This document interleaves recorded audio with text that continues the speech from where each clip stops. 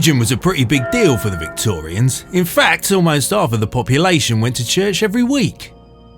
It was part of everyday life, what with church choir, Sunday school and paying your parson a special tax called a tithe.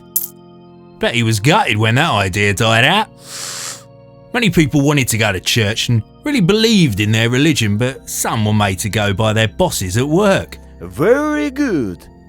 Lots of folk were starting to have their doubts about the church, especially when they read some of the new books that were coming out at the time that questioned things the church said.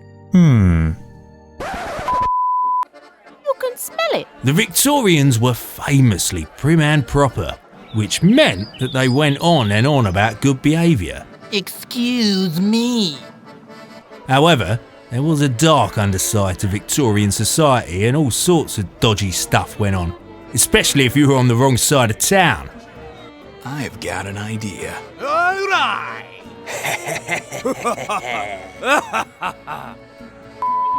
On the other hand, Christian believers did some great work helping the poor. Thank you very much!